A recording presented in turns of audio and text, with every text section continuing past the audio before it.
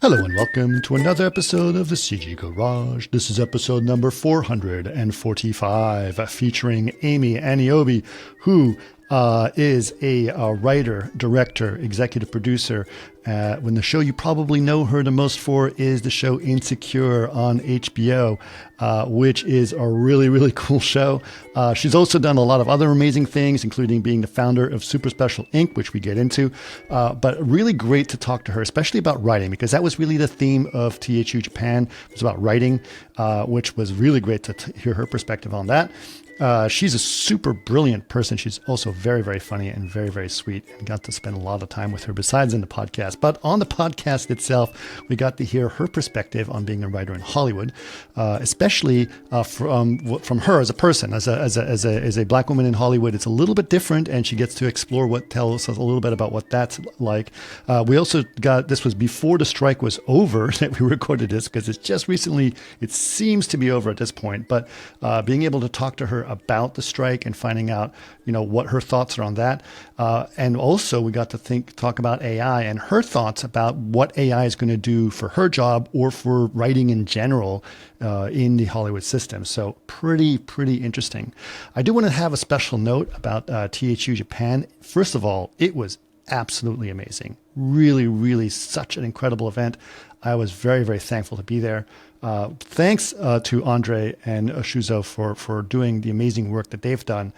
But I do want to say specifically for this podcast, I want to have a special thanks to Fabi, who was an incredible person. She helped organize all the guests for me. But not only did she do that, she had gotten an entire film crew set up for us, and we had filmed this thing with like 4 cameras. And it's like super professional. It has stepped up the game on the production of this podcast in such a huge way. And I really want to thank Fabi for all of the amazing work she's done. So for the next several episodes that we've recorded at THU, you're going to see an extra high production value compared to what you normally do on the podcast. And that is really thanks to her. I really felt a little bit like Leslie Stahl from 60 Minutes, just sort of doing these interviews. And, it's just really well done. I had to rethink all the editing, but it worked out really great. So I really want to thank her for that. Okay, we do have a couple of announcements. Our product announcement is Vantage 2 Update 1 is out, and that is kind of a big deal for those of you who are interested in Vantage. As you guys know, Vantage is our real-time ray tracer. But Update 1 involves something called ray reconstruction, which is really huge. It's a completely different way of looking at denoising.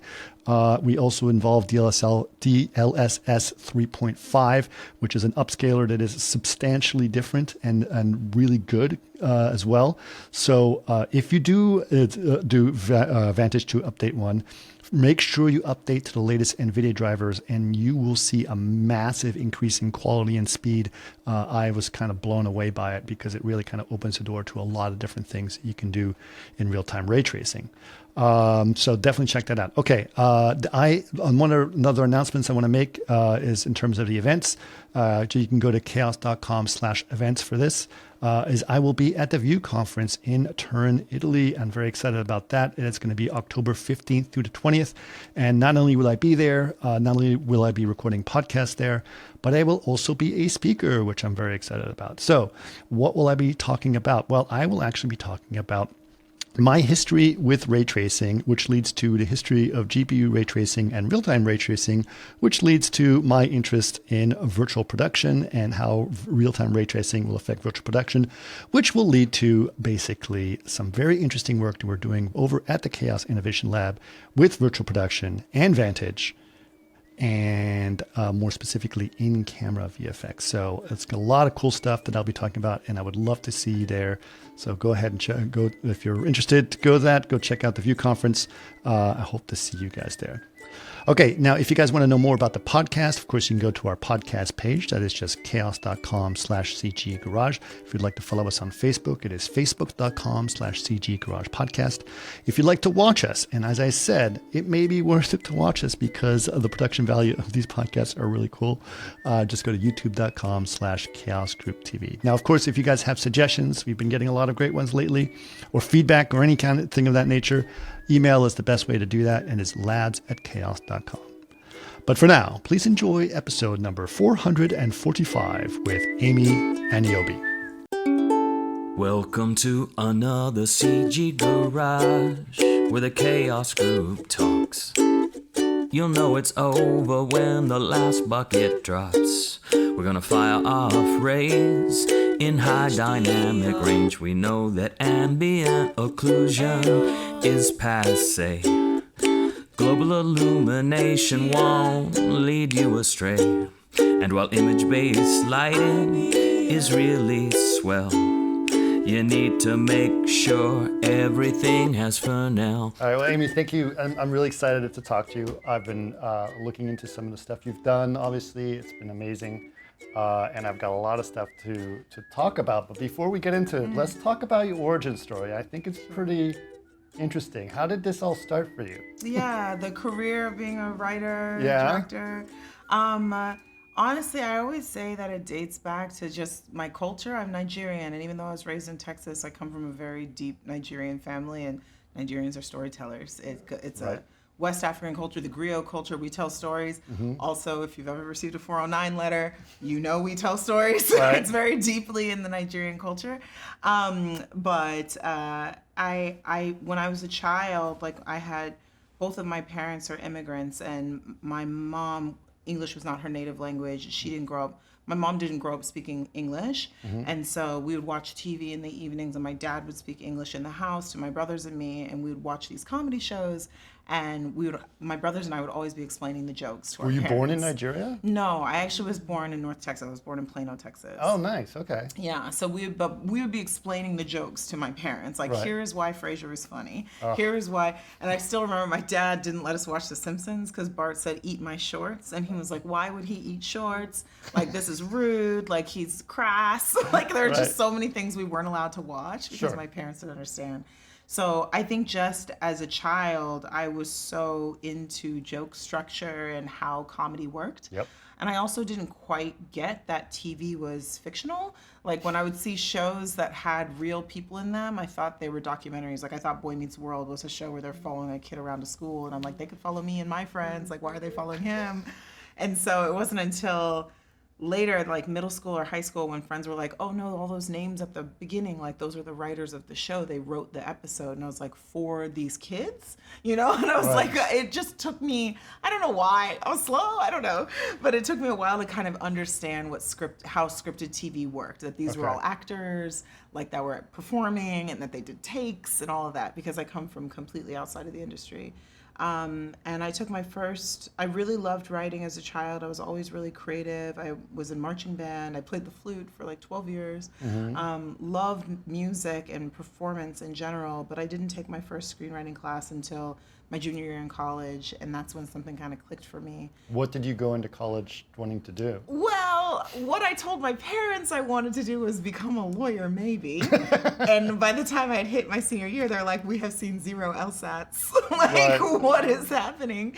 And I had to kind of come clean and say, you know, I want to do something with culture. I want to do something creative. Is there pressure from, like, you know, a lot of immigrant parents tend to say you got to become a doctor or a lawyer or a, you know. Or like a that. disappointment, Right. yeah. Right. Yeah, so that's a joke that one of my favorite comedians, Yvonne Orji, who was on Insecure, Yeah. she always says, you're a doctor, a lawyer, an engineer, or a disappointment. Right. And I went to Stanford, so Right. my parents were like, here we go. You know, they're so excited. Right. And I was like, I think I want to tell stories for a living. And they're like, what? Yeah. Yeah. But that screenwriting class really unlocked something for me. And I realized, like, screenwriting is like both right brain and left brain. It's analytical, but it's creative. It kind of matched my flow. Yeah.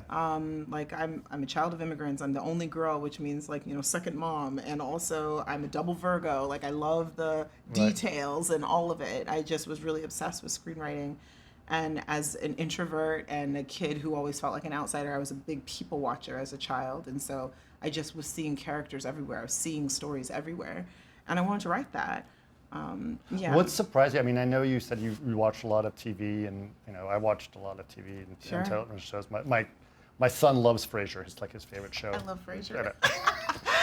But he was like at the age of 10, it's his favorite show. Yeah, which I is love great. that. But there is a formula to some of these things, which was Yeah. interesting. And Yeah. when you took your screenwriters class, were you surprised to sort of see here's the formula to how Yes. that works, like the man behind the curtain kind of Yeah, situation? 100%. Yeah. Because, I was 10 when I was watching Right. Frasier, and I was like, this is a phenomenal show. How Right. did they do it? Right. And then when you realize there's a structure to it and it's all learned, Right. there's something where you're like, oh, it's not a mystery. Like, people just learned how to do it. I too can learn how to do it, Right. And that's what that screenwriting class revealed to me. It's like, oh, a minute of a screenplay is a minute of on-screen content. Like, Yeah. a scene has a button. There's a rule of threes. Like, Right. hard consonants are funny. Like, Yeah. there are just certain rules. Comedy of opposites, rich son, poor dad, or Right. working class dad, Yep. There are certain things that are just rules in comedy. And Yep. once you learn them, you just play with them. Yeah. Yeah. Yeah, that's awesome. I mean, I think it's amazing to sort of think about that because I think it actually transfers to almost everything, right? In art, like painting has juxtapositions of Yep. colors and complementary Yep. colors and all those other Yeah. things. So, so you took that class. What year was that? Was that your first year or second year? No, it was my junior Oh, year. junior year. It actually, I think, was spring quarter of my junior year. Okay. And I had done this kind of like Stanford and Hollywood week-long spring break trip. And Okay. I was just like, oh no, I'm in the wrong major. Like, I was an American Studies major and a French minor because I'd studied abroad. Okay. And I was like, oh no. And they had just started a film major and I was considering switching. And one of the alums on the trip, I'll never forget, and she doesn't know how she impacted me, but her name was Danielle Lurie. And she was like, if you want to make films, you don't need to go to film school. Major in what you want to make films about. Right. Because anyone can pick up a camera. You learn by doing. But you can't learn a voice, Sure. Once you're in the world, that's the voice you have. You have to Right. study something to learn a voice, Yep. and to cultivate a voice. And I was like, okay, I'm not going to sign up for a 5th year at this expensive school. I was like, I'm going to graduate. I majored in American Studies. That's the study of culture Sure. and history and communication, I'm sure it's still useful. which is what TV is. Yes, of course. So in this weird way, I'm doing the thing I went to school Yep. for, which is really strange to say. Now, in terms of like actually getting the hours of writing, I opted to go to grad school. Like, after I graduated from Stanford, I moved abroad for a while. I was working in for this nonprofit in Paris, just outside of Paris, France, and then I moved to Paris and started working for a production company that did short films and commercials, and there was kind of a cap to how far I could move up because I was a foreigner, and I just realized I was like, I'm making this harder for myself. I love France so much, but I was like, I'm making it harder for myself. I should just go to LA. Okay. I can work legally there. Right. And while I was in LA, I got a job in reality TV. Reality TV is not real. It's all fake stories. Sure. So I was coming up with stories for these reality shows. And around that point in my journey was when a friend was like, you seem really committed to writing. Maybe you should try grad school. Okay. Yeah. And I was like, who's going to pay for that? And he's like, the government. Oh, okay.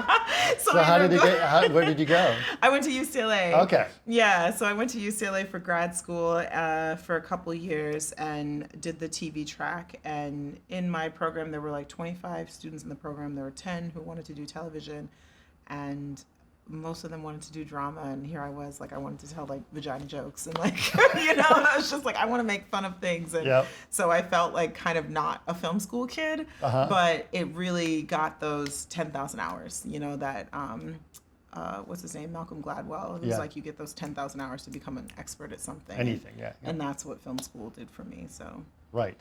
Yeah. Okay. Well, so how did that come? Did it come to fruition? Did it basically get you your first job? Yeah, more or less. So when I left school, I will say, like, the 10,000 hours theory, I strongly believe it. And UCLA was very much like a quantity leads to quality type of education. And I did the TV and the film program simultaneously. So I was writing a feature and a TV script every quarter.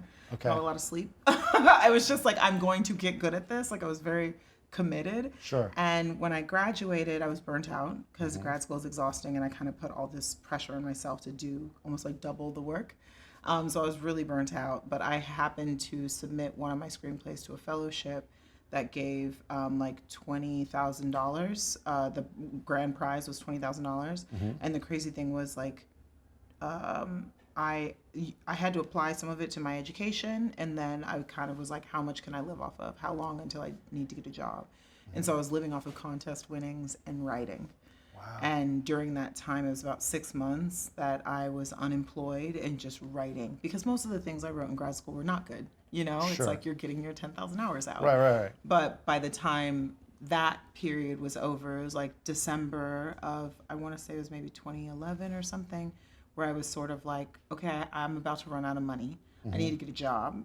But now I have a portfolio. You know, now I have a couple scripts that I can show people, and I've also honed the muscle of writing quickly. Sure. So I could write a spec script in 2 weeks, you know, and so I was kind of like, okay, I think I'm ready to get a job. And so I had some friends who worked at agencies and management companies. I sent them my resume and started applying around and interviewing, and that was how I got my first like assistant job.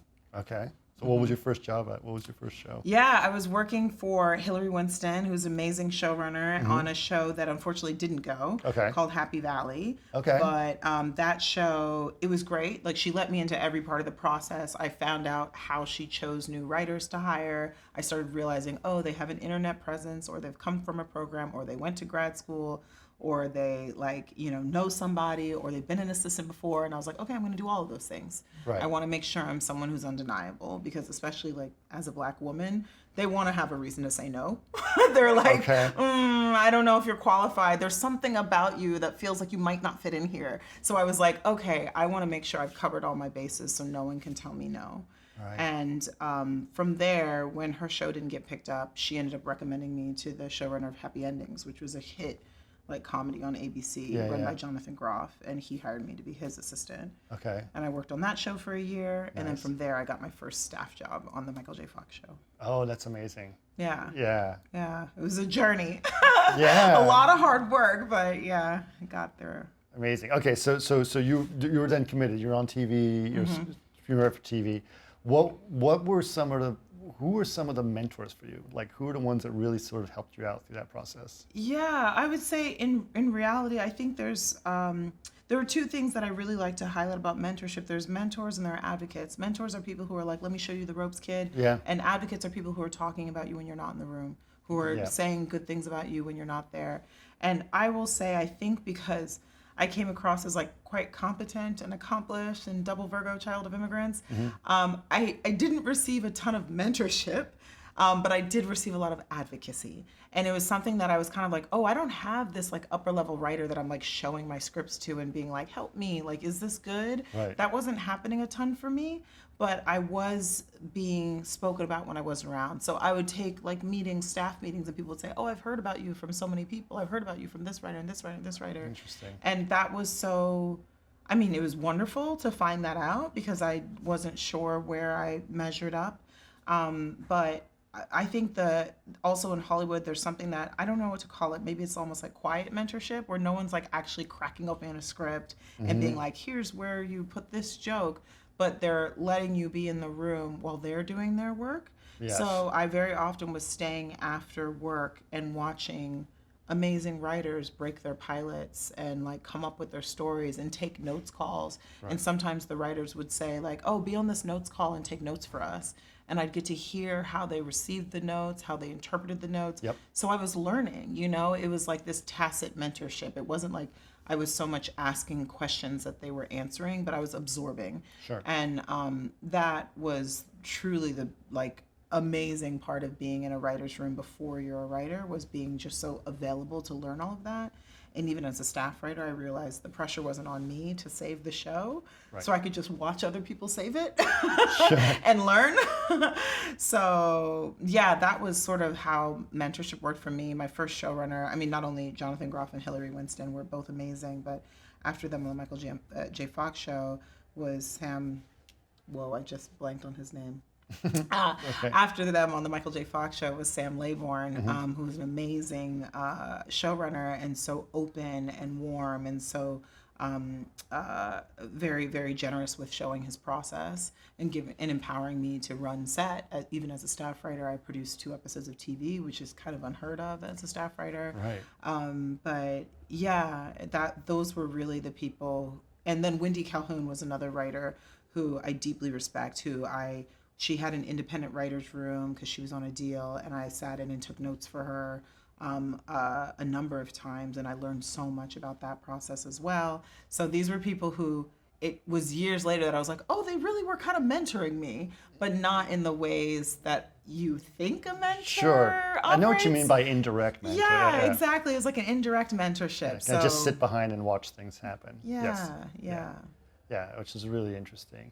But I mean, obviously, you've done some amazing shows and you've done some incredible work. So do you feel that there are people behind you that are watching you doing this kind of stuff? Are you paying it forward in that way? 100%. Like Right. I feel like, I feel like because I had so much access early in my career, I wanted to give that to other people. So I used to be someone who anyone would email and be like, can I pick your brain? And I'd be like, yeah, let's have a coffee.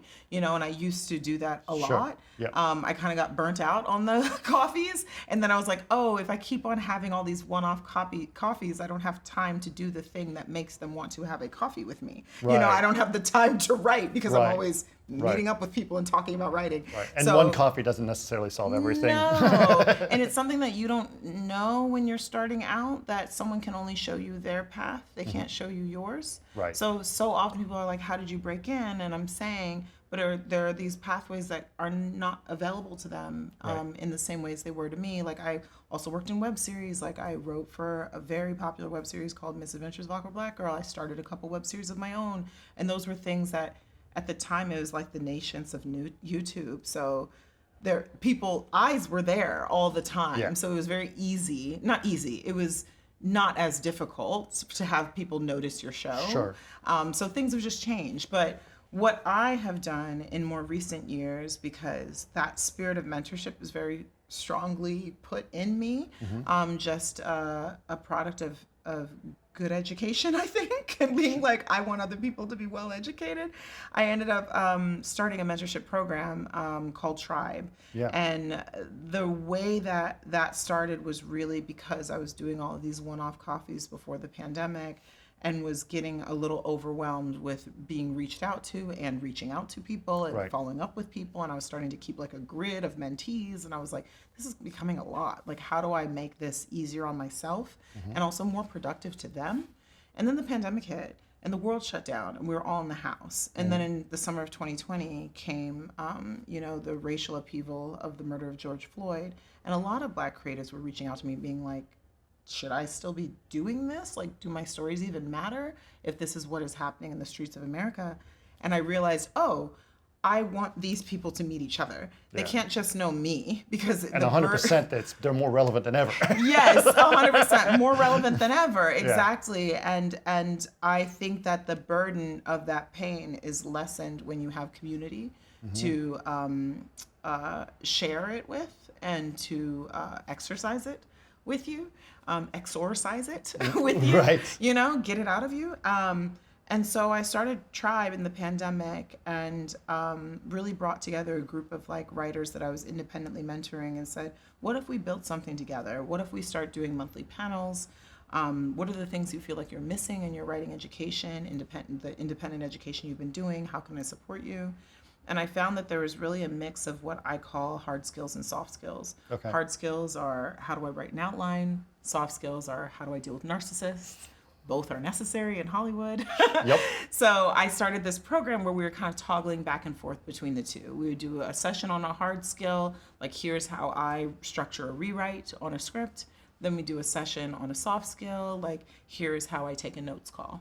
And we'd go back and forth, and through that process, thankfully, I was under a deal at HBO and got to renew my deal and hired an executive. And that executive and I decided, let's start reading their material. Let's see what we can produce out of this group of writers. And we chose 3 scripts that we really loved. Sorry, let me go back. We chose 3 scripts that we really loved, and of them, of those 3, decided, can we make proof of concept short films for these scripts? Okay. So that we can at least put them before Hollywood and say, like, here's product of these great writers that y'all don't know yet, that we know and we're investing in, and they come with our stamp of approval. Do you want to get to know them? So 2 of them I've self-funded, and the third one, we need funding. The strike hit. I need funding. Right. So we all need funding. Writers need to be paid. Yeah. But I self-funded these films. So that's how I've continued to give back, is through this program, through this short film initiative, and by continuing to pour into the writers that I've gotten to know over the years and really build a network that hopefully will continue to change Hollywood. Yeah, I think it's kind of interesting. I mean, so it's almost sort of like you started your own sort of small school, right? In a lot of ways. Bit. Which is great because you took all these things you learned and you said, okay, instead of trying to help people one-on-one, let's help each other. Yeah, it shares the burden, you know. Sure. Because it is difficult to be everything to one person. Yep. And it also, I think, the only way that this industry changes is by investing in compassionate creatives of color and compassionate creatives in general.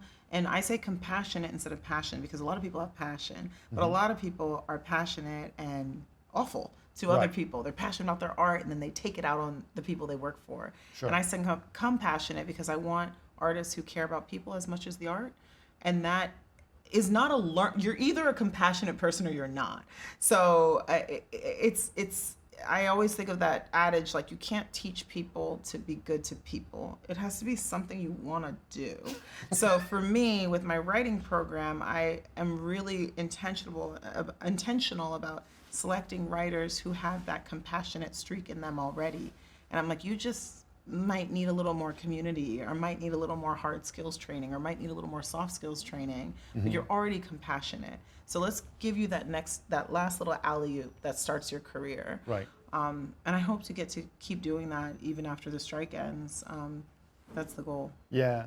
Well, I'm interested actually, I'm interested in your position on obviously Hollywood is changing and we can talk about the strike if you want to, but I'm more interested I have a feeling that Hollywood is going to be a very different place. Yeah. It needs to be. It has to be. It needs a complete shake up of the Etch-a-Sketch, right? Yeah, what are your thoughts? What does the new Hollywood look like to you? Where do you see it? I don't know if I have the answer. Well, what would you like it to look like? What I would like it to look like is a refocus on art. I think what we're seeing right now, because of all of this vertical integration and the because the FinCEN laws in the 90s have been taken away, and now all of these companies are becoming like these behemoths that price fix and change how consumers. Yeah, I mean, it used to be they had to make a law to separate theaters from studios. Exactly. Yeah. And that law doesn't exist anymore. Right. And they literally, the last round of FinCEN, I believe, was, I don't know the word, I want to say like obliterated, but that sounds so big, but was taken away during the pandemic. They were like, hey, America, do you mind if we get rid of this? No? Okay, it's gone. Right. And I'm like, but we were all going through it with a capital IT, that no one was paying attention. And so now there's no one there. The creative core of Hollywood has shifted, and now it's like, what does Wall Street think? What do the investors say? What does the board think? Will it sell overseas? Does it, is it marketable? Does the algorithm say, And I'm like, what happened to the creative core of like, this story moves me and we're gonna take a chance. Sure. Like, let's take a chance, because most things fail. Most businesses fail, most restaurants fail, most startups fail, most things fail. But somebody has to take a chance. And Hollywood used to subsist on a chance being on creativity, a gut feeling that told me this would work. Now, it was flawed, right? Sure. Because there were a monochrome group of gentlemen who ran Hollywood. Yeah, so but people who would pick scripts were people who actually knew if it was going to work or not a lawyer. Yes, not an algorithm. Right. Yep. And so I'm not I think that AI is here to stay. It's already here, So we're going to get into AI. Let's because I definitely want to talk to you about that for a little bit. But I do want to think about. I want to talk before we get into the AI part of it. I do want to think about self-distribution. Like, what do you think about self-distribution? You already mentioned putting stuff on YouTube, right? Yeah. Now, YouTube is becoming a studio much faster than anything else. And it's much more in your own control of that system. What do you think about that? Well, the thing that's crazy is YouTube. Remember what YouTube Red? Like when they were like, we're going to get into TV too. Didn't work. No, here's the thing. I wonder, did it not work, or did they realize they're making more money not doing that? This is more expensive to do that. Yes. And I'm why like, are we doing this? why- Everyone else is doing it for us, right? Yes. I'm like, wait, cat videos make more money than a set in Calabasas with 12 Yes. actors, one of whom is hungover. Like, you know, it's like, we can make more money just putting your shit back out there. Right. So, But there's some really good stuff on YouTube. oh, though. 100%. 100%. And so to me, it's like the fact that Amazon and Apple were like, we'd like to play TV, to me is like very frustrating, because I'm like, you don't need this to be a thriving business. Right. But you came in here and fucked it up for all of us. Sure. But then here's YouTube that is like, oh, we could have done that. And we're like, nah. And I'm like, I respect that. I'm like, yes, that they're like, nah, never mind. We're not gonna do that. Right. It sucks for the people who had development on YouTube Red and friends who were execs there. But, Sure. you know, but going back to the idea that there is so much money in making quality in trusting individual creatives to make quality content for YouTube, Right. that has been very lucrative for Google. Yeah. And when you see the numbers change, the strike happened, and more people did not turn on Paramount Plus or Netflix and say, let me see what's in the deep hallways of Netflix. No, people were like, okay, let me cancel my subscription and watch Get Ready With Me videos on YouTube and TikTok. Right. You know, a TikTok viewership, I think the statistic has gone up 70% since Sure. the strike. Yeah. I'm like, hey, Legacy Studios, get back in here. Yeah. If you want to have a future at all, because Yeah. you're losing to TikTok. But I think what's also interesting is that there was, I mean, it's such a perfect storm in a way, because you have, the studios were doing the same thing over and over again. Might as well have been written by an AI. You know, all the superhero films, like Doctor Marvel Strange. fatigue. Marvel fatigue was happening in big the time, right? multiverse of And then Spider-Man. the pandemic happened, and then no one went to the theaters, right, for a long time. And then I just think it's just, there's not, then the strike happens. Yeah. And I think that there's going to be something that just needs to shift, right? And it happened in the 60s, right? Yeah. Where the writers basically said, you know, or the studio said, oh, I guess people don't want to watch Westerns anymore. Yeah. And that led to Easy Rider, right? And that led to The Godfather and to Taxi Driver. So is there going to be, like, my theory is that Everything Everywhere All at Once is the Taxi Driver, or is the Easy Rider of today. Oh, that's interesting. Like the people that are like, let's figure out how to make this thing happen on our own, and then we'll do that. What are your thoughts on that? Well, I want that to be right.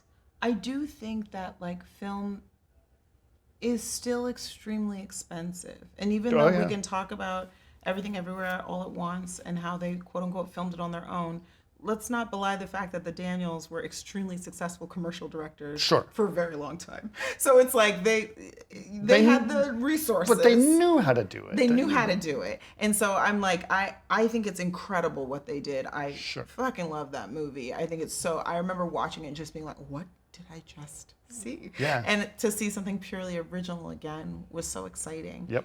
And it did cost a pretty penny. But I am here wondering, like, in a world where we have like virtual production studios and green screen is now entirely like dated concept, you know, maybe there's a world in which we can see more things of scale and scope at a smaller price tag, at a lower price tag. Yes, eventually. It's, you know, everything starts off expensive and gets cheaper over time. New technology, more specifically. Of course. Interesting. I'm actually working on virtual production technology myself. That's cool. So my feeling that's exciting about virtual production technology is that directors and filmmakers, as you're aware, must have been so frustrated when they shoot something all on green screen and it's like, good luck, we'll see it in 9 months. You know, that's horrible for a filmmaker. To be able to put it on screen and then it's on the actual screen itself, you have direct feedback. Then that idea of I hate CGI comes, oh, it's my CGI. Like I have control over this. It's my kind of. So I'm hoping that we get to put filmmaking back in the power of filmmakers. I hope so. I mean, I wouldn't say that the Marvel movies are proving that, you know, because a lot of I have a feeling they just put really good named directors in it, and then they don't really give them any control over what they're doing. I've heard a few jokes about how Marvel movies are made and the length of the scripts. Right. Like, you know, it's just like there's just a lot to be said about how much is constructed in post. Yeah. And that, but I think like Out of the hands of the filmmakers. right. And so what I'd love is a return to filmmaking, and the Daniels have like shown that that can happen. Yes. And so has Greta Gerwig, and Oh, so has Christopher Nolan. Sure. Like they've shown that like when you actually believe in filmmaking, audiences will show up. Absolutely. I mean, I'm going to go from the full gamut of those things because this summer was a very interesting, Yeah. like back to the movies Yeah. summer, right? Yeah. I mean, you have things, you know, you have things like Barbie or Everything Everywhere, obviously, but Yeah. Barbie is in really interesting way how that just Right. culturally became a phenomenon, not Yeah. expected, right? Not Obviously, expected. Nolan. They worked in pair, which was crazy Right, to have right. Oppenheimer that way. But then you also look at Avatar, which cost $1 bazillion, but still was a great film. So And you made can have all, so much money. and so you can have it. You don't doesn't mean that you have to make it cheaper to make it better. You just have to Yeah. make a good movie. Yeah, exactly. And I do think that like, even though, you know, the argument can be made that all three of those movies are kind of based on IP at this point, because Avatar is past Avatar, Sure. Barbie is Mattel, and Oppenheimer is based on the real life of J. Right, Oppenheimer. sure. But they were all crafted by filmmakers who put their own spin. Yeah. And to me, when I saw Barbie, I was like, Yeah, that's this not is the a Barbie. Yeah, that's not the Barbie this film. is a Greta Gerwig movie that happens to have a doll in it. You Yeah. know, I'm like, that was what was amazing is like, I know that the layperson isn't over here being like, oh, Greta Gerwig, I want to see that movie. Most people are like, Barbie, I want to see Barbie. Yeah. But still, the conversation, the cultural conversation is because of how Barbie was interpreted Yes. by this filmmaker. Right, and how she, honestly, having seen it a couple times now with my daughter, how she balances the corporate. I'm sure those meetings must have been so hard. Oh my God. The corporate meetings with Mattel. Oh Can you my imagine? God. I heard a story. It was such a great story because there's a part in the movie, spoiler, there's a part in the movie, you should have seen it, where the young girl like talks down to Barbie and is like, Oh, yeah. you are the problem with society and you shouldn't have friends and you're a fascist and whatever. And she Right. says all these horrible things to Barbie. Sure. And Mattel apparently in this article I read were very upset about that. They were like, we can't have that. And Greta was like, we're shooting it tomorrow.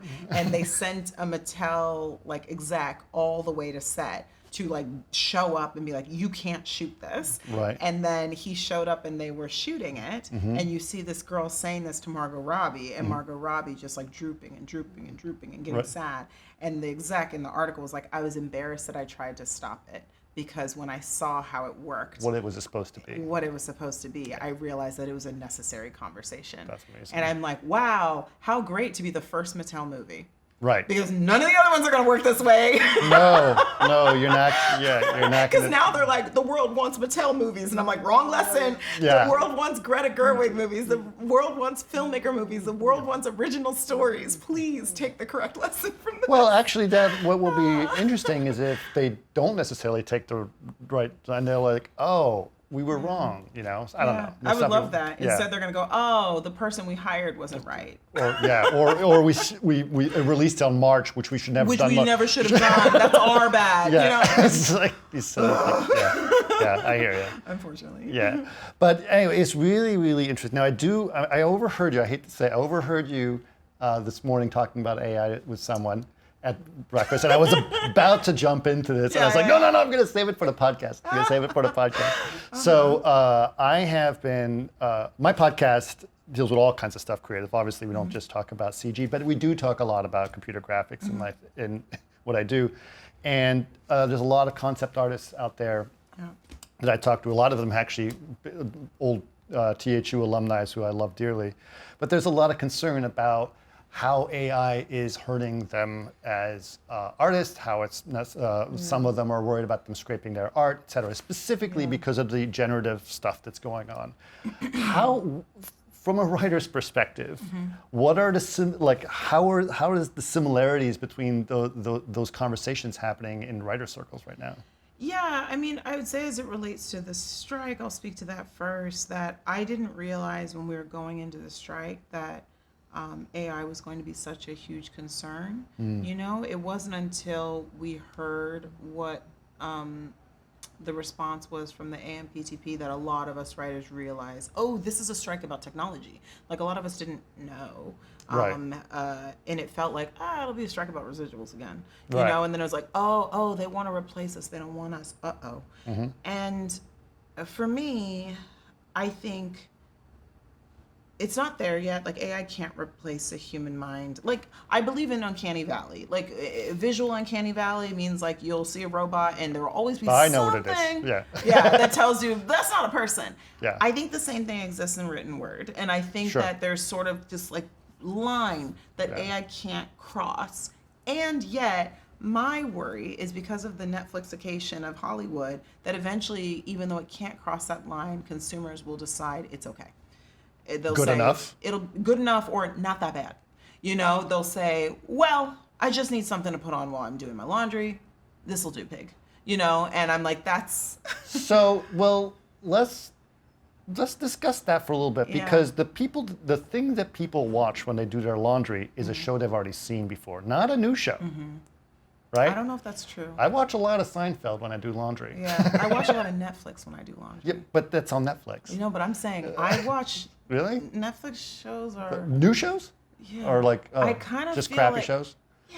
I'm like, here's the thing. I always say Netflix, and I'm going to say I love Trader Joe's. It's one of my favorite stores Absolute to love shop st- at. yep. But like, everything at Trader Joe's kind of tastes like Trader Joe's. Mm-hmm. Everything at Starbucks kind of tastes like Starbucks. You get a scone, you get a sandwich, you get a wrap. It all kind of tastes like Starbucks. Right. That's Netflix. Right. Everything at Netflix kind of looks like Netflix, Right. kind of sounds like Netflix. The actors are all kind of Netflix cast. It's like Netflix. Sure. And so to me, you go to Netflix not because it's new and novel and bright and cool. You go because it's familiar no matter what you're watching. Right. Yeah. We used to joke about that. I had a couple of friends of mine who were huge cinephiles, and it was like, when you're like, it's like Saturday afternoon, are you going to watch Sophie's Choice or Overboard? That part. Yeah. Are you going to watch Succession or are you going to watch Selling Sunset? You know, Right. and so I turn on new shit on Netflix to watch Right. because I need some noise in the room. Yes. You know, I've stopped doing it in the strike. I'm like, I'm striking Netflix, you know? So I'm Sure. like, I don't really watch Netflix. I don't really turn it on that much Okay. these days. But I'll say I've now been like a show seeker, like a heat seeker. I wait until there's a cultural conversation about a thing and then I go towards that show. Right. You know, so I don't really watch Netflix these days, but Right. when I do, it's usually when I'm flying because it's still the best app to download and watch. HBO, get on it, get better. Yeah. Amazon, Hulu, get on it, get better. But Netflix yeah. is still the best to watch when you fly. Sure. So I tend to like pick a show and then download it. Actually, I watch HBO shows when I'm on. Yeah. My app won't work on planes. I'm like, I wish I could watch HBO shows. You can't do the download version? You have to download. You have to start it before you take off. Oh, yeah. If Yeah, the yeah, plane yeah. takes off, it's like, where are you? No, And yeah, I'm yeah, like, no. come You have to. I on. have to plan it. It's the Come night before I on. download everything. Exactly. Yeah. But Netflix, I'm like, you can download it and then on the plane, just turn it on and it's working. Right. And so I'm like, they've got everybody beat in the tech department. Like Netflix has everybody beat in the They tech. were the first. They were the first ones. Yeah. Yeah. So I'm like, they've got it all beat. But in terms of content, I think because Netflix spits out so much Starbucks, I think we as a society go, this coffee's not that bad. Right. And then we just keep on drinking that coffee. So when they slowly start replacing all of their content with AI, we'll go, well, it kind of tastes like Netflix. And we'll be fine with it. And so to me, the threat of AI is less that it will replace people, but it's almost like Wall-E or Idiocracy, where we'll just become fine with it not replacing people, with it being kind of good enough, kind of not that But bad. I think, but every now and then you'll have the Greta Gerwigs or the Daniels Every now and then. make something, and We'll they're like, walk wait a through it. minute, Yeah. I don't have to settle for Netflix. Yeah. And I think that's what's gonna happen. Okay. You know, and so I think at this point, when the strike was starting, there was a lot of like, oh my God, AI is gonna replace us. And now I'm like, no, it can't. No, it's not. Well, what about us? What about you Yeah. using AI tools? What do you Yeah. think about that? Well, I'll say I'm a late adopter in all ways. Like Sure. I still have an iPhone like 13, you know, so I am always slow to adopt. So I could see AI being helpful, and I have writer friends who are like, I use it to help like generate names for characters, you know? Right. And I've been like, a child born in 1985 in this city, what would they be named? You know? Right. And I'm like, oh, that's kind of cool. But I also think there's a period when you're breaking a show called Blue Sky, where you're coming up with a new idea for a show. Now, I don't know if every showrunner uses this term, but it's Sure. something that on the shows I've worked on, we call it blue sky, where it's like clear, no clouds, anything can be right? Sure. Because you're coming up with it. During that blue sky period, you and a bunch of writers in a room talking about a new idea or concept, and there are no rules. I used to have a showrunner someone would say something about a character, like maybe these two characters would get together and blah, blah, blah. And I would very quickly, just because my mind is kind of quick on the story sense, I would go, well, that won't work because this and this and this, and then that would happen and then that won't work, so we can't do it. And my boss would go, Amy, it's blue sky. You don't know what won't work in a vacuum. We have to play. And I would be like, oh, we're wasting our time. Like, don't we want to get to the solution? And then he would be like, you don't know what's going to work. So then we talk about it. We try and make it work. Yeah. We do all these things. Everything goes. And eventually I'd be right. It wouldn't Right. work.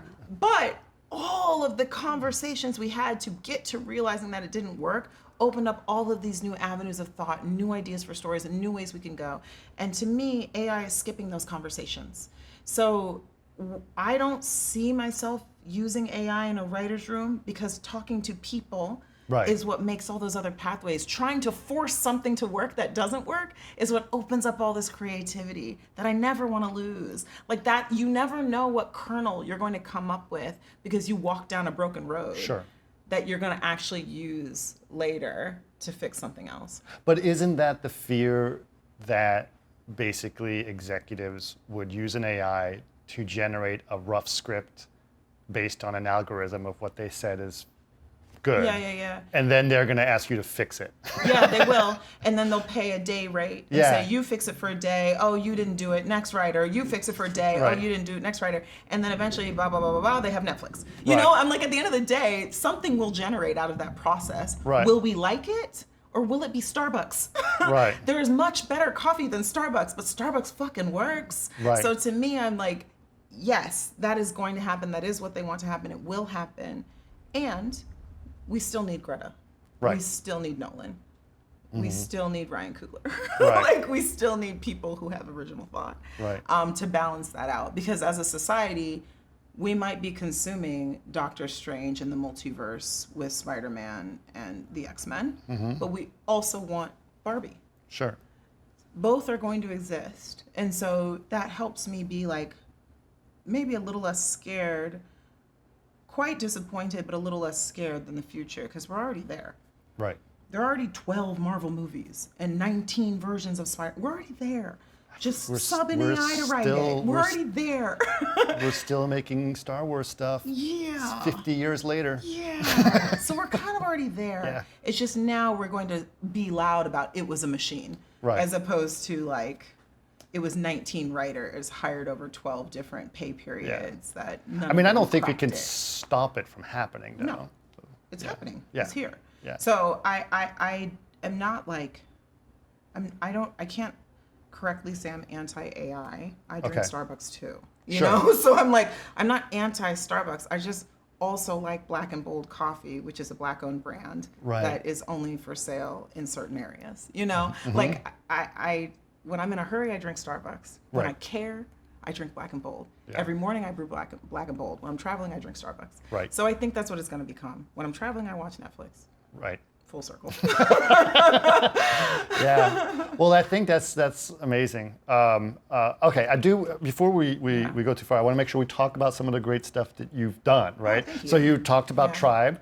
You've also have your own production company. Is that right? Yeah. It's called Super Special. Yeah. And the idea came from the opposite of being superficial is being your most authentic self. Super Okay. Special. And we want to tell stories that make people of color feel good, that put us in moments of joy. We can be edgy, we can be subversive. We can be edgy, we can be subversive, but we're not going to land in a place of loss or defeat. That's something that's really important to me. I think, like, you know, a lot of the tragic stories and trauma porn that are often depicted of people who look like me is still valid art. I just want to live in spaces where we can experience joy, Yeah. where we can win. So that's what we do at our company. We have a number of projects in development. Thankfully, pre-strike, we had a deal with HBO. Hopefully, you know, that relationship can continue after the strike. and we'll continue to develop our projects there. And then in features, we have different pathways we have different relationships with different other production companies in Hollywood where we're developing different projects. I'm writing some original things too that I'm really excited about. So awesome. Well, I think it's really exciting. I think doing your own production company and is really cool. Do you feel responsibility to support women and people of color and all of that as well? I mean, responsibility is a funny word. Like, it is a responsibility, or but passion. I sometimes I kind of call it a beautiful burden, because I'm sort of like, yeah, it's my responsibility, but it's also all I care about. So right. I'm like, it's I don't believe in a future where there's like only Black content. Like, I want our content to look like our world. Sure. I want to see everyone represented. And all of my stories involve quite multicultural worlds, because that's how I was raised. That's the environment I grew up in. That's my friend circle. So to me, it's something that I don't have to make a conscious effort to do, because right. it's just who I am. So yes, a responsibility in that sometimes other projects come my way that don't involve things sure. That I am passionate about, and therefore I'm like, this is a great idea, but it's just not for me. Like, I'm right. not the writer for this, and it feels bad sometimes to say no to things that I like, sure. but just don't need me, you right. know? And I want to write things that need me. I want to write characters that couldn't have life breathed into them without me. Yeah. And that comes from writing my own unique experience and directing that too, like working with actors who I want to direct to portray those unique experiences as well. Yeah. Well, I think that's great. I mean, I love watching Insecure is really wonderful, because to me, I'm a white male, right? Yeah. And so being opening the door for me to see what it's like to be a Black woman Yeah. and making it super funny. Thanks. I love a good vagina joke. It's really good. But yeah, I love what you've done, and being able to opportunity, because sometimes some people feel like they only want to see their perspective. Yeah. And I think it's great for it to be open on something like HBO for you to see someone else's perspective, right? Yeah, and to tell a universal story. Right. Because at the end of the day, Insecure is about a girl who is turning 30 and having imposter syndrome Yep. and growing pains and like midlife or quarter life crisis shit, you Mm-hmm. know, like, should I stay with this man? Should I stay in this job? Like, Yeah. that's very relatable. Very. She just looks different and has some, slang that some of the HBO audience was new to them, you know? Absolutely, and I think you're absolutely right. It's like, oh wait, she is just like me. Yeah, that's what I love. Yeah. Just like when I watch, Curb Your Enthusiasm, Right. like Issa has said this, where it's like you watch Curb Your Enthusiasm and it's like, I love these stories. Like, Yeah. I'm like, sometimes I feel like Larry David. You Right, know? yeah. It's just like, that's great. Yeah. It's like there's so many shows like that. I love shows that make it effortless, that it's like about a core human emotion that anyone can relate to. And now we're just gonna sprinkle it with some real things, some real texture that makes it specific.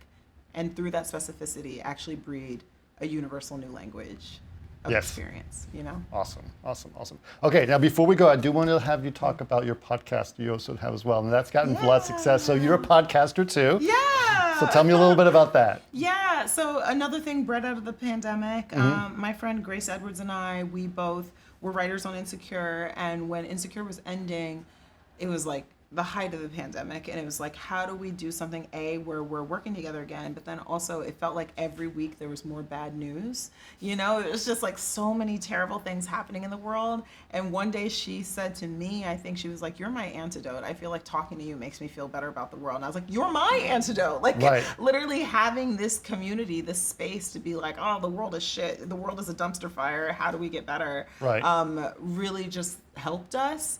And we were like, is this a thing?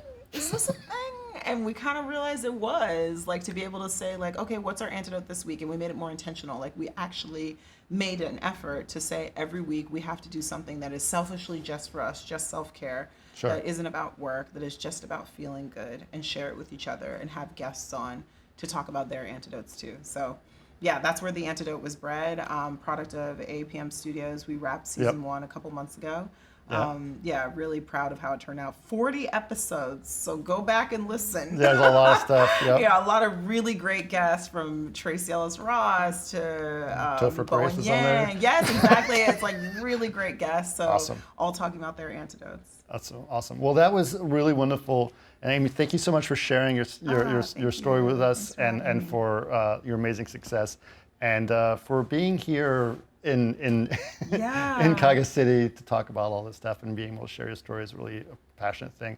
I'm really grateful. I'm very excited about where you go from here. I have a feeling that you are not only going to be very successful, but you're going to help a lot of people be successful as well. So that is my only hope, is to, build bridges for future storytellers. That's the thing that really makes my heart beat. So I hope you are right. Your lips to God's ears, as we say in the South. Great. Well, thank you so much. Thank you.